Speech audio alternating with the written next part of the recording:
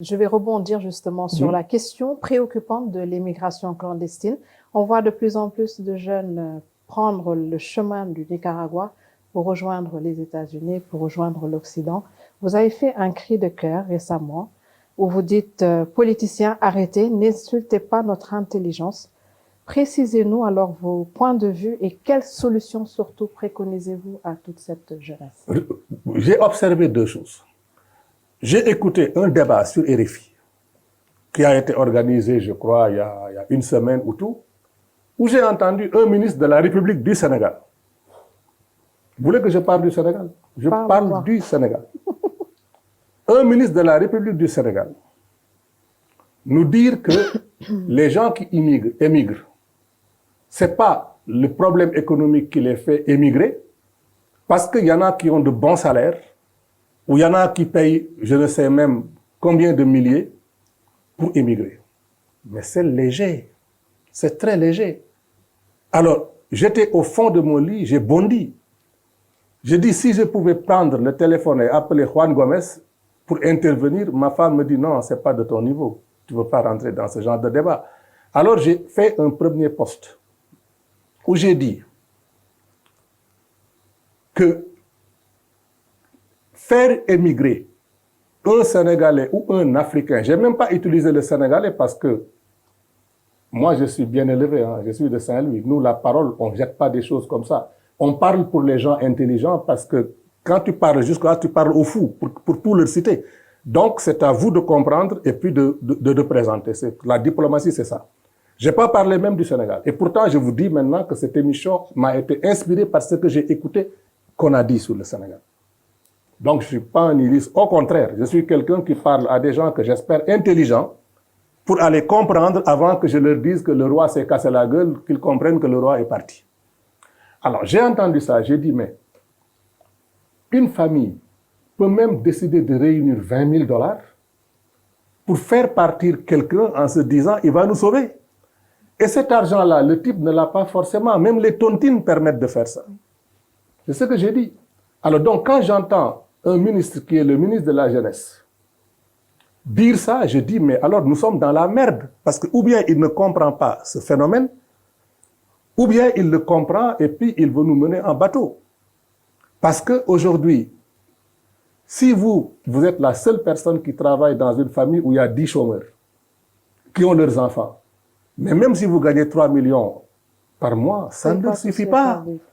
Donc c'est très léger d'avoir cette vision unilinéaire de dire, voilà, on a vu quelqu'un qui avait un bon salaire qui est parti. C'est pour ça que j'ai dit, n'insultez pas notre intelligence.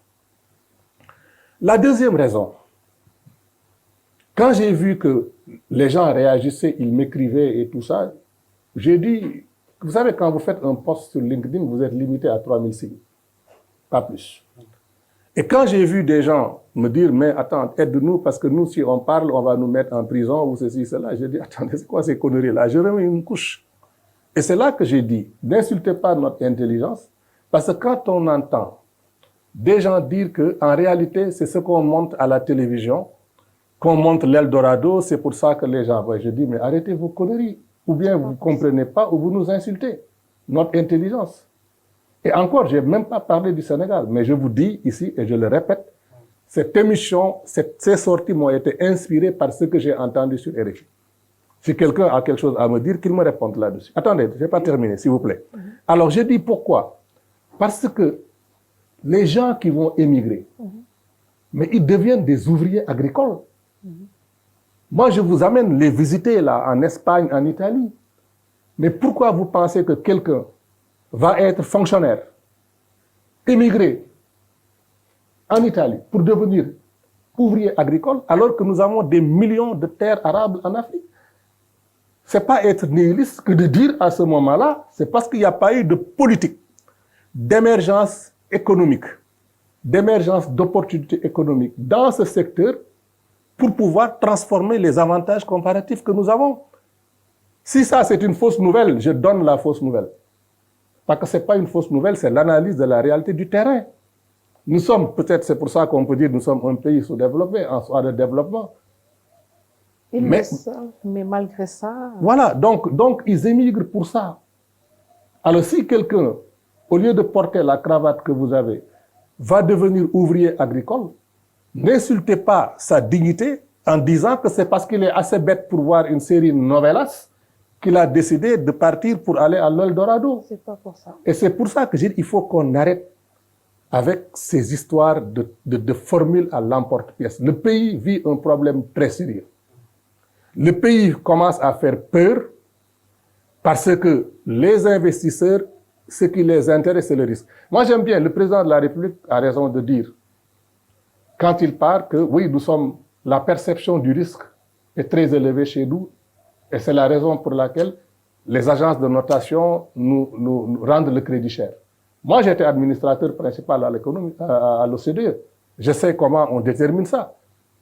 Mais ce que je dois dire au président de la République, c'est que s'il veut faire baisser la perception du risque élevé dans nos pays, c'est qu'il doit travailler sur ce qui détermine cette perception. À savoir? Par exemple, qu'on ait un climat apaisé. Parce qu'un climat qui n'est pas apaisé n'attire pas des investisseurs. Deux, qu'on puisse créer des systèmes d'investissement en infrastructure qui permettent de raccourcir les distances techno-économiques dans les filières potentielles et réduire le risque d'isoler une entreprise dans son contexte. Parce que si une entreprise vient s'implanter dans un environnement où, par exemple, il n'y a pas d'adduction d'eau, il y a des risques d'électricité coupée, il y a des routes qui sont coupées, mais l'entreprise est isolée dans son environnement. Et si, par exemple, il n'y a pas de protection juridique des investissements, l'entreprise est encore plus isolée. Donc, à ce moment, qu'on le veuille ou non, il y a des risques. Maintenant, là où vous avez, par exemple, les grandes entreprises, comme Nestlé, comme Coca-Cola, mais ces entreprises-là, ils ont les moyens d'internaliser ces disparités. Ils les internalisent et trouvent des gens qui le règlent. Et c'est pour ça que ces entreprises prospèrent. Mais nous avons, nous, le potentiel d'internaliser les mêmes disparités et faire grossir notre secteur informel qui représente 95% du tissu des petites et moyennes entreprises et en faire un fleuron.